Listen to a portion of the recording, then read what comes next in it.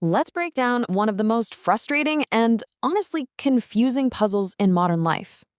So, you did everything you were supposed to do, right? You got the degree, you landed the job, and you finally hit that salary number that's supposed to mean you've made it. So why, at the end of the month, are you staring at your bank account just feeling this sense of dread? Why does making good money still feel like you're barely treading water?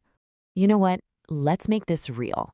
Meet Sarah. She's 28, she works in marketing, and she just got the promotion she's been busting her butt for, $50,000. For her, this was the moment everything was finally supposed to change. She celebrated. She texted her mom. She bought the fancy oat milk creamer for the first time. And she really let herself believe that she'd finally climbed out of that struggle phase, that from here on out, she was going to be okay. But then, boom. Fast forward just 6 months. It's a Tuesday night, it's 8 p.m., and Sarah is sitting in her car in the grocery store parking lot. She's got the calculator open on her phone, and she's literally trying to figure out if she can afford both chicken and vegetables this week. Her checking account has $127 in it. What on earth just happened? Look, what happened to Sarah isn't some kind of personal failure. She, and maybe you, just walked straight into a series of invisible financial headwinds.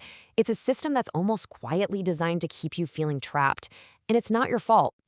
It all starts with something called the gross pay illusion. See, Sarah heard $50,000, and her brain did the math. Okay, that's about 4,166 bucks a month. Awesome.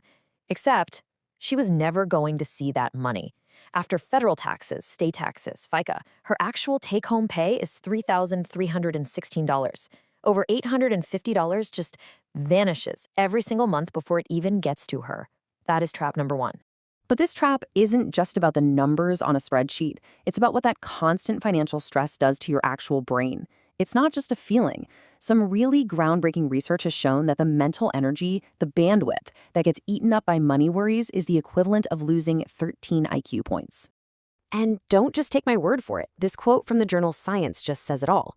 You're not bad at money because you're stressed. The stress itself is literally impairing your ability to make good financial decisions. You're trying to solve this incredibly complex puzzle while your brain is basically running on low power mode. And what's the result of that? Well, it leads to this weird phenomenon called the debt sandwich. Just look at who carries the most credit card debt that rolls over month to month. It's not the rich, it's not the poor, it's the middle. A staggering 59% of middle-income households. And why? Well, it's because you don't have enough savings to cover an emergency, but you earn just enough to get approved for those high-limit credit cards that end up becoming the trap. So, how in the world do you break out? It's actually not about just earning more money. It's about learning to think in a totally different way.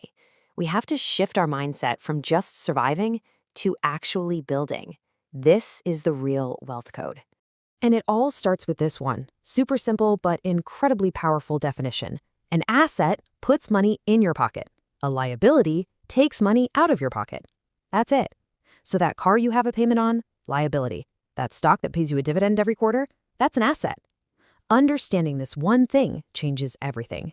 Because that simple distinction leads to two fundamentally different questions whenever you think about a purchase. Most of us were trained to ask, can I afford the payment? But the wealthy, they ask a totally different question. Will this make me money? One mindset keeps you a consumer forever. The other turns you into an owner. Okay, so let's get practical with this. Mindset is the foundation, right? But a mindset without a system is, well, it's just a nice thought. So I'm going to give you two simple, really powerful tools to build what I call your financial floor. One is all about awareness, and the other is all about automation. So first up is something called Kakeibo. And get this, no app, no algorithm. It's a pen and paper budgeting journal invented way back in 1904 by Japan's first female journalist. Its goal isn't to restrict you, it's to force you to just pay attention. That friction of having to write things down, that's the feature. And the setup is just beautifully simple. At the beginning of the month, you write down your actual take-home pay, the real number. Then you subtract all your fixed, non-negotiable bills. Now, this next part is absolutely crucial. You decide on your savings goal for the month, and you subtract it immediately. You treat your savings like a bill you have to pay to yourself. Whatever's left over, that's your actual spending money. Divide it by 4, and that's your budget for the week. Simple. So as you spend your money, every single purchase goes into one of 4 buckets. You've got your needs and your wants, which forces you to be honest with yourself. You've got a bucket for unexpected things, like a car repair. But then there's this brilliant category, culture. This system actually carves out intentional space for personal growth, things like books or museum tickets or online courses. It frames it not as a frivolous luxury, but as a vital part of your life. Now for our second tool. While Kakeibo is all about being manual and mindful, the Paycheck Split is about making good decisions completely automatic. You need to build a system where your wealth just builds itself in the background.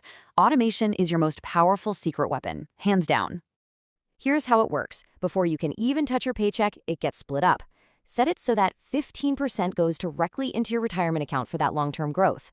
Another 10% goes straight to a separate high-yield savings account to build up your safety net. The rest, that 75%, is what lands in your checking account for you to actually live on. You build wealth with the money you never even see. So, what happens when you actually use these tools? What happens when your financial floor is finally built and stable? I promise you, this isn't just about the numbers in your bank account.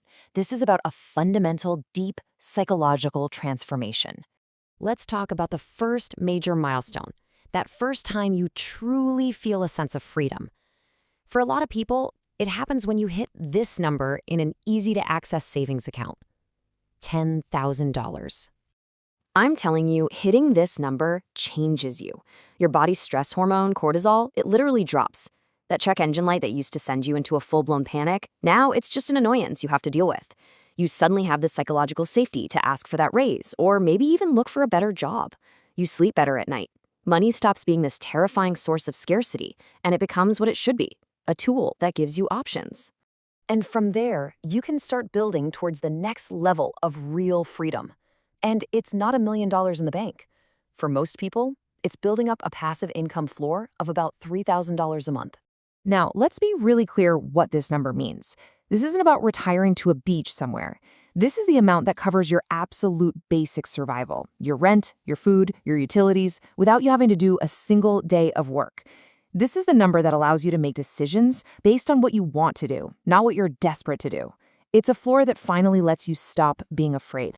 You know, when it comes down to it, your bank account is just a lagging indicator of your financial habits. And your habits, they're just a result of your thinking. You've seen the trap, and now you've seen the tools to build your way out. So really, the only question left is this: are you ready to think differently?